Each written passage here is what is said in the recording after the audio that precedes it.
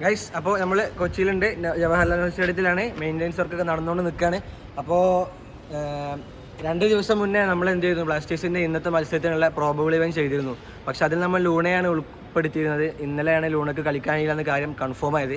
അപ്പോൾ അതുകൊണ്ട് തന്നെ ഇന്ന് ഇറങ്ങാൻ ഏറ്റവും സാധ്യതയുള്ള പ്രോബബിൾ 11 ഇപ്പോൾ നമ്മൾ പറയാൻ പോകുന്നത്. അപ്പോൾ കീപ്പറായിട്ട് സച്ചിൻ സുരേഷ് തന്നെ ആയിരിക്കും ഇറങ്ങുക.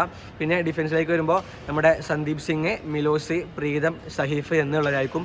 മിഡിൽ ലൂണ ഇല്ലാത്തത് കൊണ്ട് തന്നെ വിപിനാണ് ഏറ്റവും കൂടുതൽ സ്റ്റാർട്ടിങ്ങിൽ വരാൻ സാധ്യത. വിപിൻ, ഐമൻ, അതുപോലെ തന്നെ ഫ്രെഡി. പിന്നെ നമ്മുടെ ഫോർവേഡിലേക്ക് വരുമ്പോൾ രാഹുൽ.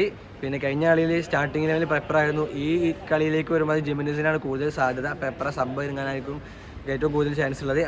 അപ്പോൾ കഴിഞ്ഞ മത്സരം നമ്മൾ കണ്ടതുപോലെ ജെമിനിസ് സെക്കൻഡ് ഹാഫ് തുടങ്ങുമ്പോഴാണ് ഇറങ്ങിയത്. അപ്പോൾ കളികൾ മാറിയിട്ടുണ്ട്.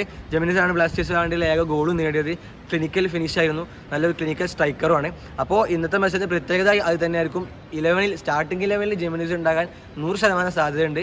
പെപ്പറ കഴിഞ്ഞ ഒരു അവസാനം വെച്ച് താരം നല്ല സ്ട്രെങ്ത് ഉള്ള താരമാണല്ലോ. അപ്പോൾ താരം ലാസ്റ്റ് ഇറങ്ങിയാലും താഴത്ത് നിന്ന് ഗോൾ അടിക്കാനുള്ള അവസരങ്ങളുണ്ടാവും. അപ്പോൾ തുടക്കത്തിൽ തന്നെ സ്കോർ ചെയ്തുകൊണ്ട് ബ്ലാസ്റ്റേഴ്സ് നല്ലൊരു ലീഡ് ഉണ്ടാക്കി ജെമിനിസ് കയറിയാലും കുഴപ്പമില്ല. അപ്പോൾ ജെമിനിസ് ആയിരിക്കും ഇന്ന് സ്റ്റാർട്ടിംഗ് ലെവലിൽ. പിന്നെ നോഹ നല്ല ക്രോസുകൾ നൽകി കൃത്യമായി ക്ലിനിക്കൽ ഫിനിഷിങ്ങിലൂടെ ബ്ലാസ്റ്റേഴ്സിന് സ്കോർ ചെയ്യാൻ ജെമിനിസിന് സാധിച്ചാൽ അത് തന്നെ ആയിരിക്കും ഇന്ന് ബ്ലാസ്റ്റേഴ്സിന് ലഭിക്കാൻ പോകുന്ന ഏറ്റവും വലിയ മുതൽക്കൂട്ട്.